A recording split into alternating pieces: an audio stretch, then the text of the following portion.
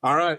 Welcome back to another episode of, well, it used to be High Value Hustling, but we're changing the name. It's probably going to be like Set Apart or something, TBD. But we got Stevie on the podcast, and I'm super excited to have Stevie on. Stevie, do you have any nicknames that you go by the way? I have a few, but the one that people call me the most is Cash. Cash. Yeah, with the Cash. K, with the K. All right. Cash That's Money. what's up. That's what's up. So I first met Stevie when I was going to a church in Sylvania. I'm from the Toledo area. Where'd you grow up? I'm from Cleveland. For real? Yeah, and I went to UT. That's how I found Toledo and this area. So That's what's up. I'll definitely want to hear about that story. But I was going to this smaller church in Sylvania. Maybe that was the first time. I think so.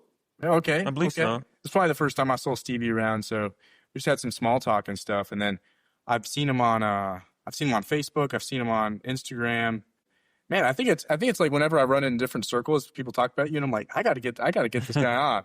Because Stevie does a whole bunch of things. I only can name a few that I actually know of, but he makes music. He's like such a light in the community. You can see just his faith. Like whenever I'm around you, he's like, it's just like this genuine warmth. Like you can describe it like if you go, like when you give someone a hug, you just can tell like it's like really genuine. And that's like Stevie's just like a really genuine guy. That's that. what I can tell every time I meet you. So I love just hearing everyone's backstory when they come on the podcast. So when you were growing up, did you have siblings? And then what was your relationship like with your parents and stuff? I got you. So yeah, first of all, I want to say I appreciate that, dude. Like, thank you so much for that. My pleasure, man. So yeah, growing up, I do have two sisters, one older, one younger. So I'm the middle child. So growing up with them was, kind of rough. They used to team up on me and bully me and beat me up. And then I got a little older, a little stronger. So they stopped that. But, yeah, I love them to death. We just started to get our relationship back on track, which has been a blessing. So every time I go home, we always try to find time to hang out, to talk, to connect. And my younger sister, she's coming into her faith, so that's been a blessing too. We're doing like our online Bible studies and stuff like that, which has been cool. So that's a blessing in itself.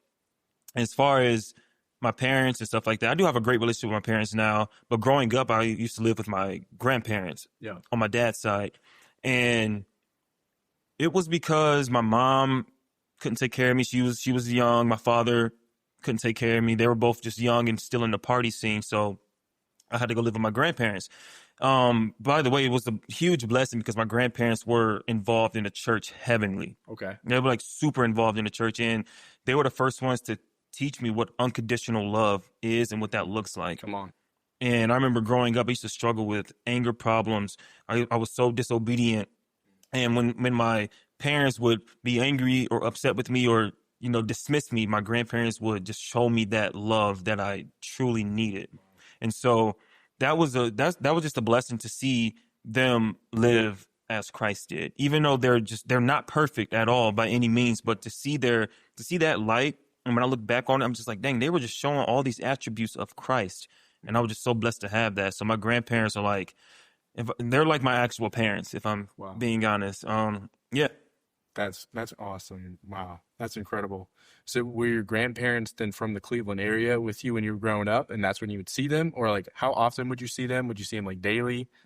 So actually my grandparents lived right next to my father. So like they were like pretty much neighbors. It was like my father's house, our neighbor's house, and then my grandparents' house. Gotcha. So it was like right down the street, which was super cool because I could just walk over there anytime I wanted to. And it was so funny. Like I used to always just want to stay at my grandparents' house. I never wanted to be home. I never wanted to go to my cousin's house. I always wanted to be at my grandparents' house because it was just some sort of warmth, some sort of security that I had with my grandparents. And I believe it was the spirit moving. I believe they just showed like Christ's love so much that I just wanted to be around them. And I didn't understand at the time. Yeah. I didn't know what I was feeling, but I just knew I felt some sort of peace and joy when I was over there. But it's my grandmother is actually from Mississippi. She moved to the Cleveland area when she was like between the ages of like 6 and 8. I should have said 6, 7, but yeah. So yeah. Yep. Wow. That's awesome. So I've grown up with two sisters as well. I'm the middle child of two sisters. Oh, which is okay. cool. So that's relatable. But what's not is my grandparents, both sets are one's from California and one's from Tennessee. So I see them very rarely. Fortunately, they're both believers, both sides. Nice. But That's so cool that you get to see the love of Christ through the actions of your grandparents, and that's what you crave, right? Mm-hmm. Because you want that intimacy with somebody. If you can't get that from your parents, you're like, well, where else do I go? I get that from my grandparents, but where do they get that from? Right. They get that from Jesus, Mm-hmm. which might take us a while to understand that, but then you're like, oh shoot, okay, I want that too. Yeah. So I'm curious to know, maybe it's a buildup until later in your life, but of when that decision kind of started clicking to you of, I want this relationship with Jesus as well.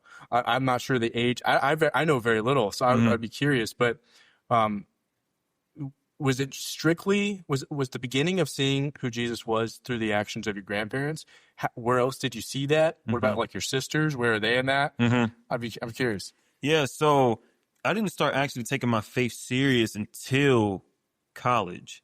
Like I've always known about Christ, but I never really understood who he was. Like I knew how to pray. I was involved with Sunday school. My grandparents were always waking me up super early to go to church and stuff like that. But I didn't make it a personal relationship until my freshman year in college. And that was when I was surrounded by a bunch of other believers, and not just my grandparents, but it was a bunch of other believers who could relate to me, like same age, same passions, whether they like sports or whatever it was. Like I could relate to them at the same age level and stuff like that. And so I remember my freshman year, I got involved with this organization called Crew, Campus Crusade for Life. And through Crew, they had summer mission trips. And I went to Ocean City, New Jersey. And that was where I first experienced the Lord's love. Wow. Like the whole summer was just a bunch of Christians, a bunch of kids striving to be like Christ. And it was just an awesome thing to see because like I was just so new to my faith. Even though I was a Christian growing up or claimed to be a Christian growing up, I was so new to my faith that it was a great experience. Like we got to share the gospel on the beach to 100 different strangers. Wow. We got to just be in community, sing worship songs, even just hanging out and getting to know other people from different states. Like that was cool in itself. But that whole summer just taught me the importance of community, the importance of confessing, the importance of taking off your old self and putting on the new self, as we're called to do. And so, yeah, like just through that summer mission trip, that's where I found who Jesus truly was and is. Wow, that's incredible. Okay, let's just say you didn't go on that missions trip or that it was a mission trip. If you didn't go on that, do you think you would have seen like kind of how much of like a fake Christian lifestyle you may like were living at that time? I don't think I would have. I think I was so comfortable in living a double lifestyle that I would deceive myself or allow myself to be deceived because that was all I knew. I knew how to be this Christian who just went to church every once in a while, but still wanted to go party. Went to church every once in a while, but still had all this anger, all this tension built up. And didn't want to share with anybody. Didn't want to be a part of a Christian community. Wanted to be a part of this party lifestyle. Yeah. So I don't think. I mean, maybe the Lord could work in mysterious ways. You know, maybe He would have caught up. I would have caught up eventually, but there's no telling. But I truly believe like the Lord met me where I was at, and that mission trip was for a reason. Come on. That's awesome. I have yet to go on a missions trip, but from everyone that I talk to, it's just absolutely life-changing because it like shifts your perspective. Yeah. It's like, dang, it's like I was once lost or I have no access to the gospel. And then even with my access to the gospel, I don't even use it to like how I should. Or I just think it's so interesting, like what a reset we need. Almost like because we get so used to, I remember hearing this on a podcast. This guy was like wanting to make all this money. And then he finally gets this penthouse. And within like a couple weeks, he's like, it only took a couple weeks to where he would walk into the penthouse and he'd be like, this is no longer like the penthouse. It's just like my home. It's just like the regular now. It's just like, that's just normal. But he was like, I've worked my whole life for this, just for me to think, oh yeah, this is normal. Now, right? Yeah. And it's like, I think that's the same way, like, it sounds like to where you got, where you're like, I just go to church occasionally and that's fine. Or even people that are like at a young age, super deeper in their faith, which I wasn't.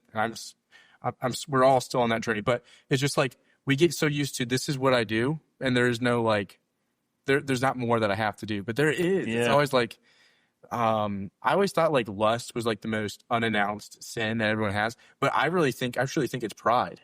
Yeah. Like just thinking like, no, I'm cool. I'm better than that. Like I'm good, because pride is so decepting or deceitful. Yeah. Yeah. It's just like you said earlier, you're like you got so used to it that you're tricking yourself to believe that you were fine. Yep. But it's like you weren't. Yep. So crazy. Yeah. Okay. So were you the first one of the kids growing up that like completely surrendered your life to Jesus, or was that one of your sisters? I would say, from what I know, out of my immediate family, I was the first one to actually surrender my life to Christ.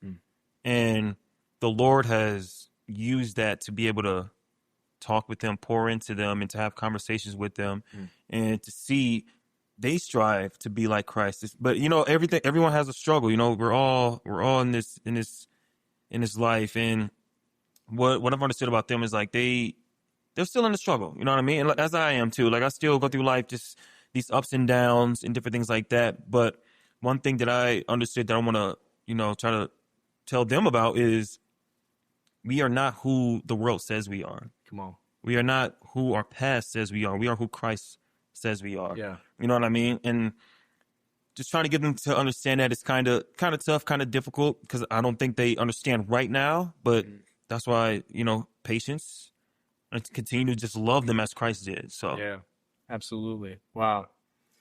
All right. So then you were in Cleveland. You're growing up. Yep. Right. Was that first decision to move out and go to U Toledo because it was the best school, or because you wanted to get away from your family, or because you had friends going to U Toledo? Yeah. What made that shift for you? So my mom actually graduated from UT. Okay. So that's how I heard about University of Toledo. I wanted to go to Ohio State, but As did I. that ain't work out for me. No. So Toledo it was. But I feel like it was just the best decision for me. Like the connections I've made, the friends who I call family now. Yeah. Like it's just been a blessing to be in this city, even though it's super small, not much to do. But the people and the friends, it makes it worth it. You know what I mean? Yeah. So that's awesome. All right. So your mom graduated from there. I'm always curious about if people, so let's just say you're growing up, right? And if you were in a different birth order, or if you had a different amount of siblings, how different you would actually be at this time, right? You're born at the same day, same time, right, the same lifestyle, but you just had more siblings, or you're a different birth order. Like if you were the youngest instead of the middle, how different would that be? Now, what's interesting though, there's this book, I talk about it so much. It's called the Birth Order Book. Okay. And he just goes through the birth order and typical stuff. But what's interesting is, like, you and I are like non-typical for middle children only because we're the firstborn of our gender. Right? So like, because most middle children are like, hey, I'm like overlooked and stuff. But if you're the only guys, it's kind of like, well, we get a decent amount of attention. Right, for sure. But yeah, all right. Well, I'm interested too. So you're going to UT now. You're a freshman. You just got saved. What was that like? Do you remember that moment that you got saved? Was it just surreal that you're like, I just see these people and how different it is, and we're like evangelizing, and I'm just realizing how what a double life I'm living, and I'm giving it over to God. Like, was it a big decision? Did it take time to get to that point? What was that like? Yeah, it did take time. For me, I'm not too sure about the months, so I'm going to say about 7 or 8 months it took. Yeah. And I remember just feeling just sad and upset, and it was just all this weight just hovering over me. And then it was just one night I just prayed. I just prayed, and I started bawling my eyes out. I was crying. My first time I was like just crying. Yeah. To the Lord and giving it to the Lord. And at that point, I felt so much peace, but also joy. And it was just at that moment, I'm just like, God, like, you've been with me through this journey for so long. Yeah. Through my ups, through my downs, through the sins, through the good days, through the bad days, through the days I was disobedient, you stood by my side and never failed me. Come on. So I just surrendered. And I haven't looked back. I mean, throughout my life, though, I had these struggles, ups and downs, turned away when I moved to California, which we can get into. Yep. But you know what I mean? Like, I had these ups and downs, but the Lord he's faithful. Come on. He's faithful. And he brought me back and accepted me just as he does. And it's like, bro, how can I not love him? Yeah. You know what I mean? Yeah. Can you tell me like super specific as close as you can to remember what it was like? Like you said that you were like crying, you're on the ground, you're doing that. But like when people hear surrender, it can be hard for them to know what that means. Right. Even me. Like even like I've like yeah, like I just want like what was it like? Was it the words you said? Was it like the heart posture that I was in? Was it a mix of a lot of things? Like what was it? I believe in that point in time, it was definitely a heart posture. Because I could just feel the weight being released after I poured my heart out to him. Yeah. So when I was pouring it out to him, I was just confessing everything. Come on. Everything. And it was just me and God. Like so many times we talk about a secret place, and that's what my pastor always talks about. The secret place, finding that time for the Lord, finding that time to commune with the Lord and just talk with him. And that was my time. And I'm not sure how long it took or how long it was, but I know it was a fruitful time that I wanted to stay in. It was that moment I just wanted to stay in. So it was this time of pouring my heart out and letting all of that weight be released through the Spirit, and then just thanking the Lord, bro. Like that's, yep. I'm asking because I feel like very recently I've found myself not being, my heart's not in that right place. Like I say the words and I want to mean it, but like deep down I don't. It's like I really don't. It's like I'm not really that serious. It's like why? It's like I don't want that. It's like I want to be so genuine and so clear. Like I want to go to God and be like, God, I'm so sorry. Confess the sin. Be like, I want to nothing to do it again. But I find myself not being genuine with it, and I hate that. Yeah. I hate that. Like I really do. And I'm just like, how do I actually fully surrender? And like some people talk about like fasting and stuff and being like, for real about it, then go without food and seek God's face. Yeah. And if you're not, then you won't. It's like, dang. Yeah. Fasting is a huge one because you have nothing else to lean on but the Holy Spirit, but Christ. Yeah. You know what I mean? And sometimes it's about just clearing your head and like allowing the Spirit to move. Like sometimes we get this busy lifestyle, the busyness of life just overtakes us, and then we get distracted. Yeah. And then one thing I've learned is like, once you get distracted, the enemy doesn't have to do anything because you're already doing his job for like yourself. You know what I mean? And that could be the heart posture. That could be why we're not fully tapping into what the Lord wants us to, because we are allowing ourselves to be distracted. We are allowing ourselves to be super busy with other things and not making time for Christ. You know what I mean? Yeah. And I'm still in the same boat sometimes. I'm like, man, I ain't read the Bible. Dang. And then I'll think about not reading the Bible, and then I'll beat myself up for not reading the Bible, and I'm still not reading the Bible. You know what I mean? I do. So it's like that longing loop is like, we got to get out of that loop. You know what I mean? It's time to just like, when you're in that moment of like, dang, I didn't read the Bible. Sit there and rest your soul and pray. You don't have to be super busy. Like in life, everybody's just like, go, go, go, go, go. Yeah. Slow down. We got to slow down. Slow down and enter the Lord's presence, bro. Let's go, man. Let's go. Wow. That's a word. That's a word for me. I appreciate you. Appreciate you. Yeah. All right. You told us that, okay, so there's that time that freshman year, right? Yep. Your life. Yep. And then it took some months for you to get to that place. It's almost as though, man, so many things come to mind. Like you almost have to get to the end of yourself to then finally be like, all right, Lord, I'm all yours. It's like, what is it? That slow drip, the anesthetic drip of like, it's like life of like, oh yeah, alcohol, oh yeah, women, oh yeah, this, oh yeah, pride. And until it like actually blows up on you, do I like, because it's happened to me so many times, then I'm like, all right, finally, I'm going to have to do it because I'm forced. Right. Like, my hand's like, checkmate. It's like, I had all the times, the warnings. I didn't pay attention to why. Right. I'm so sinful and prideful. I'm like, I'll turn it around when I want to. Yep. I didn't. God's like, okay, the choices are going to unfold by themselves. I'm not doing this to you. You are. So, okay, you talked about a time of you going to California. When was that? How far was that after freshman year? And then why? So I moved to California once I graduated in 2019. So, but I moved there that March in 2020. Yep. And I moved just because like I just wanted to try something new, bro. Was that before COVID or after COVID? It was right when it started. Literally right when it started. So things were kind of just still open, kind of just closing down. Yep. Nobody knew what was really going on. And I was like, you know what? Before anything get crazy, I'm gonna make sure I get my ticket to go. Sure. And so, yeah, it wasn't a hard decision, but it was just like I just got over a breakup. Well, not got over. I just was in a breakup, and I was like, you know what? I ain't got nothing else here. My family's here, but let me just start fresh, start new. And so I moved out there, and long term, I would just say it was a bad decision. But the Lord works. You know what I mean? He showed me a lot of things, helped me grow. So yeah. Yeah, I feel like when you're trying to start fresh without God, you're just starting dirty. Yeah, You're 100%. not even starting fresh, right? Not at all. So you can say as much as you want, as little as you want. But going to how long were you in California until you realized, or did you go there and come back and then you didn't realize after the fact that it was so bad? Yeah, so I was out there for a year and a half. Okay. And one thing I always tell myself is like, I wish I knew what I knew now when I moved to California, because I would have been in a better spot. Mm-hmm. But when I moved out there, I was not in the right mindset. Mm-hmm. I was falling out of my faith. Yeah. And I was so just focused on the California lifestyle, Yeah. the partying, Right. the girls, Right. like all of that was on my head. And I was like, you seen the movies, we see the videos. It's like, dang, man, this looks fun. This looks cool. Right. You know what I mean? So when I got out there, it felt like the Lord was like, all right, I'm going to allow you to do it your way. You let me see how it works out. You know what I mean? I'm going to let you see how it works out. Mm. So I got my way for like a year and a half, and then I come to realization that the Lord was right. Like, this ain't no good, man. Yeah. This ain't no good. I was partying every day. I felt no worth.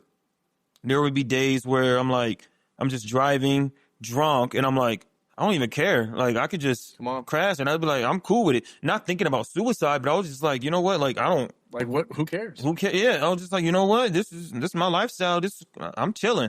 You know what I mean? And that's just a terrible mindset to be in, because like I allow myself to be comfortable in that lifestyle. You know what I mean? Yeah. And that was just such a dark place for me, because even when it was in that dark place, I was just drowning myself in drunkenness, and then I would relive the same day over and over and over. Yeah. And that was my fulfillment. It wasn't the scripture. It wasn't Jesus. Yeah. And it wasn't the community, because I was involved with a terrible community. We all just wanted to party. We all just wanted to go out. That was my life. That was my lifestyle. And so, yeah, when I was out there, I was doing music that was not glorifying to the Lord at all. But that's why I actually found my passion for music, was when I moved to California and stuff like that. But the Lord, the Lord was good. He stayed faithful through that. And he's blessed me a lot, and he's protected me from a lot of stuff that was happening in California. Yeah. So that realization to move back was in 2020 of October. I came back from one of my friend's weddings, and then I had a talk with one of my other friends who was at the wedding. And he was just like, Stevie, bro, like, you don't look the same, man. Like, every time you come back, I could just see all this weight on you. I could see you not feeling or not looking the same, bro. Like, what's going on? And then this was when it was super hard for me to open up. Like, I just didn't want to talk. I didn't like to talk to anybody, right? Mm-hmm. And he just offered for me to stay with him and his wife. He was just like, dude, we'll get you a room. Food is on us. You ain't got to pay no rent. Just come back, man. We miss you and we love you. We want you to be here. Mm-hmm. And it was at that moment I'm like, you know what? I think I do. Yeah. I think I do need to move back, because like that lifestyle that I was living, that hurt and that pain that I was living in and causing was just not edifying to my soul, but it wasn't glorifying to the Lord at all. Yeah. And it took me a while to even realize that. Maybe last year was when I just, processed it all and thought back on it. I'm like, dang, like the Lord still loved me through that. And even after all that stuff, he's blessed me with a car. He's blessed me with being able to stay with those individuals for free and them cooking me dinner and stuff like that. You know what I mean? He still blessed me through that. Like that unconditional love and how faithful he is and how his love never changes. Like that stuff's real, bro. Dude, come on. And so yeah. Wow. I love hearing this. Like, this is just so cool to hear. I just genuinely, what I'm hearing from you is that like the sin that you were living in California was very fun. Like, you can't deny it was 100%. 100% is fun, but it just felt so unfulfilling. Like, it was fun to do, but it didn't last at all. Like, whatever you did is just like good. Like, it was like good, but not like the real like good goodness of God and stuff. Yeah, like, thank you for opening up. Like, I haven't been super vulnerable like on this podcast either, but what I will say is that I've been struggling to have that same passion for the Lord that I've once had, and it's like all these worldly things seem so enticing. It's just the immature me is like, let me just learn the lesson. So let me just learn the lesson so I can like have an excuse to like go and try. But it's like, man, like, am I really willing to just push every wise counsel away from my life that's ever poured into me to be like, yeah, let me just do it my way. Right. So I'm not, but I want to, but why do I want to? But then, it's just like, it's a wrestle. It's a wrestle, man. Wow. Thanks for opening up though. That's good. Wow. Okay. So yeah, man. What I'm hearing is like your grandparents showed you unconditional love by pouring into you. And then this couple did the same thing. They're like, oh, just come back, bro. Like, man, they got to have Jesus in them if they're like, come 100%. stay with us and we're going to take care of you. Yep. Because we love you. 100%. Right? Wow. All right. So you come back from California, but now knowing that you like music. So what started to change when you came back? So obviously last year you were processing, processing stuff. Right. Where am I at with things? Where am I at with God? I don't know. Like, we haven't talked about identity much. Like how big was that? Like the who am I question. So even when I moved back, it was still this identity thing of who am I really? I didn't understand my identity because I didn't understand who God called me to be. Come on, bro. I didn't understand that. And in that time, I wasn't reading scripture. I was going to church, but I was still off and on. I was still kind of one foot in, one foot out. I was still California Stevie. And then I was still, you know what I mean? I was still back and forth. But that process took from 2021 to 2023, if I'm being honest. That process, just going back and forth, learning my identity, getting counsel, involving myself in a Christ-centered community and stuff like that. So I would say that took 2 years. And then I finally just tapped into reading scripture, going to my pastor, denying myself and giving my full self to the Lord and allowing him to work. Yeah. Allowing him to guide my life. Because so many times I would just have these restraints, and I still do sometimes in certain areas of my life. I still have these restraints that I don't want to give to the Lord, that I need to surrender to the Lord in order to experience his fullness. And so, but that's what it took, surrendering those things that really needed to be surrendered and allowing the Lord to work and to move, help me understand my identity. And it's still a struggle. I still have these thoughts of like, Lord, is this what you want me to do? Is this who you say I am? But it's like, anytime I have those thoughts and those feelings, scripture, prayer, my community around me, because you can't do this alone. No. You know what I mean? Yeah. So that's incredible. Yeah. All right. Would you say, so it's interesting in the Bible, it says of all the commandments, like there's 10 commandments. Yes. There's the old law and the new, but of the 10 commandments, only one of them has a blessing attached to it. Do you know which one that is? Which one's that? It's honor your father and mother, and things will go well for you. It's the only one that says, if you do, things will go well for you. The only one. It's like, dang, that kind of sucks. It's like, now if I want things to go well for me, not saying that things won't, right? If you can't, but it's a guarantee. Saying if you honor your father and mother, things will go well for you. Okay. So this is probably a challenging question, but do you feel as though it was that you did honor your father and mother when you were growing up, / do you feel like it was really hard to? A little bit of both? Okay. I would say I did not honor my father and mother the way I should have, if I'm being honest. I was a very angry, disrespectful child, bro. And I'm just being vulnerable with you. I was very angry and disrespectful. I think part of the reason is because I lived with my grandparents and they were the ones who actually raised me. And when I look at my parents, it's more of like a brother-sister relationship rather than a father-son or a mother-son relationship. I've gotten a lot better at it over the years for sure. Yeah. But yeah, growing up, I did not show a ton of grace, a ton of love to my parents as much as I wish I did. Yeah. You know what I mean? But I'm glad that we have a great relationship now because I'm able to like show that to them and they're able to show that stuff to me too. You know what I mean? And so, but yeah. It's kind of tough too because like your parents teach you those things, but then without them teaching you, it's like we're supposed to do those naturally, but then our natural thing is our flesh. And it's like, it's like a paradox because it's like, how can I show you love if I wasn't taught love? And then Jesus comes along and he's like, hey bro, here's love. Right. Share it with them. But man, it's tough, man. I've like struggled with the question, how to honor your father and mother if they are genuinely like awful to you, which I've known just a select few people, like not friends, but like acquaintances that have like parents that are very difficult. And I'm grateful not to have that, but it's like, how do you honor that? Like, what does honor mean? Does honor mean obedience? I don't know. Did you have a take on that at all? Or one thing that I've understood just in my own relationship, and then just like who Jesus was, you know what I mean?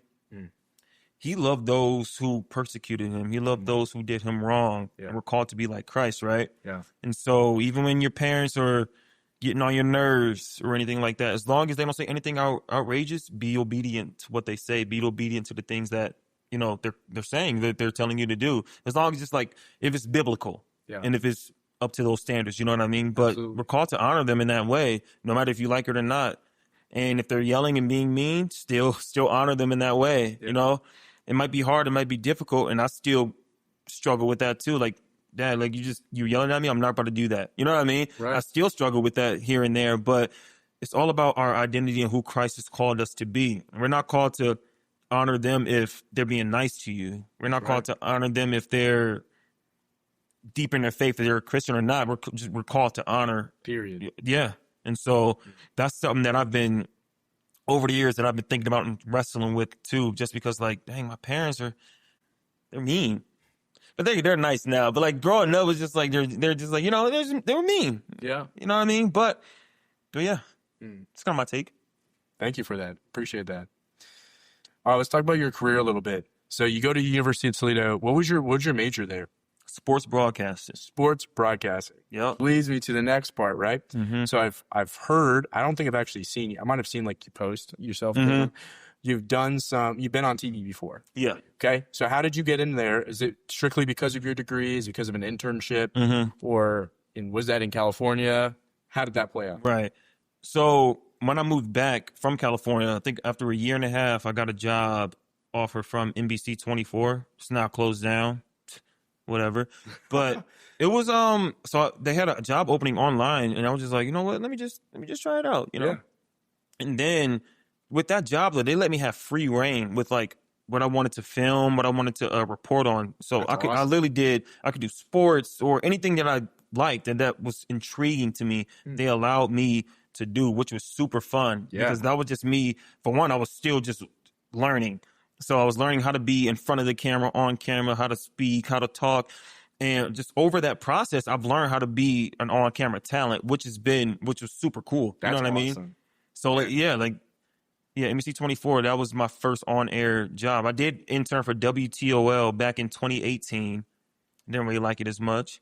It was more newsy than sportsy and entertainment stuff, which is where I lean in more. Yep. The newsy stuff I don't really like. It's not for me. Yeah. But yeah. All right, that's awesome. So what took you away from more that TV personality thing? Because as of current, you're not doing that, or do you want to one day do that, but just now you're stepping away from that? Right. Right now, there's just not many opportunities in the Toledo area for that. Okay. I would love to do it, but right now I'm not really trying to move. Like I feel like the Lord has me here right now. Yeah. And like my church is out here, my church family is out here. You know what I mean? So like I feel like the Lord just has me here right now, but I would love to do something with on-air television. But you know, it's wherever the Lord leads me and needs me. So I'm just gonna be patient with that process and see where He takes me. You know? Heck yeah, man. Cool. Well, feel free, man, to shout out your music, what you're making, what you're working on, what you want to go do. So as of right now, you have like songs that you think of. You think of them for a few days, right? And then you have an idea of like a beat, but you're not really like. What I've heard is I think it's. Correct me if I'm wrong. I'm gonna say this so wrong. No, you're good. You're like a melodist or like a lyrist. A melodist. I don't know if that's how you say it. I mean, you can be both. So you talk about like a melody person, right? Mm-hmm. It's more like a Juice WRLD, where he sings and he has all these melodies, but he's also a lyricist too. Okay. Yeah. So it can go hand in hand depending on the type of artist. Okay. You know. So what I mean? I've heard of Taylor Swift being great at both. Like she makes both. Yeah. Like she'll make her own whatever instrumental stuff. But I don't know of someone that's not like that. But you also see people like street rappers or whatever. They'll just play a beat, they'll go up and they'll just spit whatever. Mm-hmm. It's like, how do you even do that? You know what I mean? Right. That's a special type of talent. That is. So you say like you think of something and you think of it for a few days, and then the best way to do it in Toledo at least is you wait for a studio. You just wait a few days so you can get a studio open up, and then you go in there for like 3 or 4 hours and you just do as many songs as you can. Right. But then other people take one song and they just perfect that over a few hours. Right. Okay. I mean, it's all preference. It's like if you want to work on that one song for the whole 4 hours, you can. Mm-hmm. I think the most beneficial way, money-wise, would be to record at least 3. Mm-hmm. That way you can go home and listen to it over and over and over again and tweak it if you need to. And then if you like it, now you have 3 songs that only need to be mastered. And now you have 3 songs that you recorded for $180. Yeah. Hey, that's a steal. That's what's up. You know what I mean? Yeah. Obviously the mastering process the price is different, but I mean, it's always just less money to do it that way. Yeah. And for me, it's the most productive way. That's why I always make sure I know and I have an idea of what I'm going to say. Mm-hmm. I have an idea of the beat, how the melody's going to go. Sometimes they change, though. Sometimes I get in the studio, I'm like, yeah, that melody sound good in my head, but it doesn't sound good on the record. Let me change it up a little bit. Sometimes it happens, you know what I mean? And then you just work with what you got to work with. But the most beneficial way that I found for myself, record a couple songs in a couple hours and then take it home, listen to the demos. If you like it, now you got a couple tracks to soon release. So. Yeah. What's the process like for mastering a song? You take it somewhere and they do that for you, but it just takes a while, or you do that yourself? It's the same person for me. Okay. Some people have 2 different engineers who they like to mix it and then this person to master it. Mm-hmm. But for me, it's easier just to have it the same person because like they got to help you create it. So they know the sound. They know kind of what you want. They were in the studio making it with you. So they kind of get the vibe of where you're trying to go with it. Yep. And so mine's is the same person. It's not the mastering is really not that hard or difficult. It's the editing process of the demo. Okay. That's the big, probably the most difficult one, like the rough draft, basically. That's like the most difficult one. But once you get the mastering, all you're doing is turning up the lyrics if they need to, or turning down the lyrics, or turning up the beat, or making more ad-libs higher than the other. Like that's literally what you're doing is messing with the volume, making sure it all sounds like one. Like one full song and not all over the place with the noise and stuff like that. I can see you having your own studio, but you do like sports analysts, and then you also have like your like okay, imagine this, like scenes opening up. Welcome back to WTOL 100 Stevie. I'm your host, Stevie, and then you have your song playing, whatever. Like today we're looking at the Lions. They suck again. No, they're good last year. They were. Sweet. But awesome. Okay, let's sit here for a second. Dream career, or not even career, just like dream lifestyle. Like if you were to wake up like 5 years from now, 10 years from now, whatever it is, and like you're to play out your day. Play out your day. Like it can include a family, can not include a family, can include career, whatever, like travel or whatever. What would that look like for you? In 10 years, I would love to be married with kids and just spending time with them. That's literally it, bro. Like, I feel like for me, like a lot of stuff that I do now are just like hobbies. Like music is cool. I love music. If it takes off, cool. If it doesn't, that's not where the Lord wants me right now. So I'm just like, as far as like 10 years, I'd love to be married with some kids and just having fun with them, bro. Like that's literally it, bro. It's super simple, super easy. Can I ask why? Like why does that seem so valuable? Especially because I'm asking that because if you haven't experienced that yet, right? Then like why does that seem like the end goal? Well, I guess you could say the same thing with money. Right. I want money, but I've never experienced it. But I don't know. Just seeing a bunch of these Christ-centered relationships around me and Christ-centered marriages, it's like, dang, like I want that. That's something that I'm longing for, and I feel like the Lord's gonna send me somebody. But I'm just like, you know what? That's just, I don't know. It's just not something that I'm just like, dang, that's not that. It seems cool. It seems sweet, bro. Absolutely. To be married with some kids and get a little mini me grow up, be a track star, a football player, whatever you want to be. You know what I mean? Yeah. So yeah, that's cool. This is more of a personal question, so you don't have to answer if you don't want to. But is part of the reason why you want to be a father is because you can be what your dad maybe was not, or what you wanted when you were growing up? Is that any of it, or? I wouldn't say it's that. I just always wanted a kid, bro. Really? Yeah. I feel like I'm getting up there in age, so I'm like, I gotta have one sometime. But like, I don't know. I just feel like when I see my nieces and nephews, And every time I go over, they're like, Uncle Stevie, Uncle Stevie. And then I get to take them to the store, take them to get some food. And it's just like, dang, it's so fun just to be hanging out with my nieces and nephews.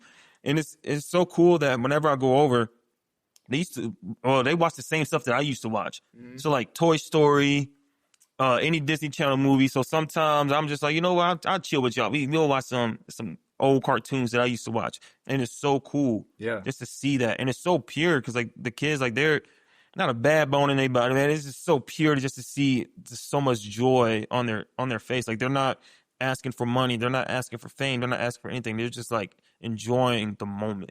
And that's just so pure. And I don't know. It's just stuff like that, bro. That is, I could see that. I could see that for sure. It's like the childlike innocence. Mhm. They haven't been like, yeah, they haven't been affected by life yet. Yeah. It's like you like to be around that too, because all the adults were around are like, I hate life. Yep. Clock in, clock out. My spouse hates me. Right. Whatever else. It's like, Mhm. dang, bro. Right. But then you have kids who are like happy for no reason. Mhm. It's like, that's so cool. Yeah. I'm excited for kids. I don't think I am as much as you are, at least right now. But I'm definitely excited for a spouse. Yeah. And just Yeah.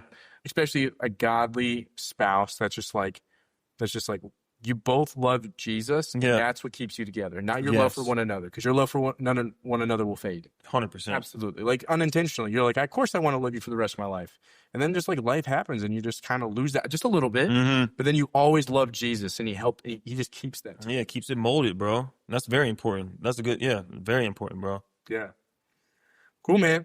I feel like I got to know you a good bit, but I also know there's parts of your life that I haven't hit on. So is there like another part of your life that you're thinking of that you want to share? Maybe not, but if there's like another part, maybe growing up, maybe not, then feel free. Feel free. Yeah. To do that. I don't know. I feel like we did touch on a lot of good stuff as far as where I grew up, the things that I've encountered, California lifestyle. I do love to travel. Okay. That's one of my favorite things. I'm actually going to South Dakota this weekend. Tell me about it. So one of my friends that I met through crew, Okay. shout out Nate Powaski. Let's drop his whole name. But him and his wife live out there. He works as, I'm actually not sure exactly what he do, but he does like controlled fires. He works on like not a farm, but like, I don't even know what to call it. He works on something where he messes with plants, grass, trees, water, like all that stuff, Great. which is super cool. And so it's been 2 years since I was supposed to go out there, but it always fell through. And like this weekend, I get to actually go. So I'm super excited about that, bro. That's awesome. You flying or driving? Flying. I could not drive there, bro. I hate driving. Driving is one of my pet peeves. If it's more than 2 hours, bro, I'm not doing it. More than 2 hours, bro. That's so funny. But yeah. You love living in UK, by the way. So the UK is, I should know the stats on this. The width of the US is just substantially larger than the UK. So like a 1 hour commute is like considered far for UK. Okay. But like a 3 hour commute is considered far for US. Like if you're yeah. looking at 2 hours, it's like, that's not bad in the US. Like, I don't know. I go 10-hour drive, no problem. I love driving. I couldn't do it. And most Americans, I would say do compared to the UK. To people in the UK. Mm-hmm. So it's just interesting. Plus public transit in the UK, you just hop on a sub. Like there's so many. Oh yeah, they do have a lot of them trains, subways, and stuff like that. Yeah. Yeah. South Dakota, California, Arizona, Chicago, Detroit, Cleveland, New York, Pittsburgh, Washington. Pretty much a lot of the places in the U.S., bro, I've been, for the most part, all over. You've been to Texas? Texas. Really? I've been to Texas. I've been to Dallas, Azale, Texas, which is close to Fort Worth. Okay. I was supposed to go this past 4th of July, but it didn't go, so my mom just went. But I will be going next year for the 4th. So you might catch me out there. Atlanta, Florida, North Carolina. I've been in a lot of places out in the U.S., bro. I just love traveling, seeing new cities, and seeing new just sights. It's so fun, bro. Have you been international? Have not. I want to, bro. You know the easiest way to do that? Go to Canada? Yeah. Yeah, because it's right there. I don't know how. I got my passport. Bro, from Toledo, 2 hours. That's actually not bad. That's right in my zone, too. 2 hours. It's a little bit disappointing right across the border. Windsor? Isn't that right? Yeah, Windsor. Yeah, it's just kind of like, yeah, it's all right. What's close to Windsor then? I don't know. Okay, Niagara Falls is not far. You can hit up Niagara Falls. Ooh, that's in Canada? Well, there's there's a U.S. side and a Canadian side. Okay. But the U.S. side, you don't see much of it. Right. The Canadian side, you do. Okay. So you can that's a 1 day trip for sure. I might have to check that out, bro. Yeah. And I've always wanted to go to Canada too, just to see. I mean, it's so close. Like, why not? You know? Absolutely. Bring your girl. One day. Hopefully. All right, man. That's been great. I love hearing your heart for the Lord, especially like there's so many of us that are young that are just like craving that intimacy and we don't know where it actually comes from because we hear Christians be like, yeah, it comes from Jesus, and then we hear like lovers be like, oh, it comes from my spouse, but they're just young and in love. It's right. They don't know. And then you hear people that are like rich that are like, yeah, it's actually money, but they're just lying to you to make themselves look like they're okay, but they're just dying on the inside, about to implode. Yep. Then you have druggies that are like, only when I'm high, or people that drink. But it's just like, it's hard to know what the answer is. Yeah. To hear someone that's like not 50 or older tell us that like, bro, it comes from the joy of the Lord. The joy of the Lord is your strength, right? Yep. That's good. So that's just awesome. I'd love if you could pray us out. Let's do it. Like, whatever comes to mind, man, that'd be great. Let's do it. Cool. Father God, thank you for this time that we get to just talk and connect and, allow the Holy Spirit to move, Father. This was a great conversation. I want to thank you for James and just give him this passion to even do a podcast, and for the questions that he's asked. I could just feel the Holy Spirit just moving through him, Father. I pray that you will just bless this time here, and just bless this night, Father. I pray that, as we go our separate ways, that we can continue to just think about how much you love us, Father, and how much we should desire you, Father. I pray that our hearts are filled with the Holy Spirit. You could drift us away from the desires of the flesh, Father. And that is in your name. Amen. Amen, bro.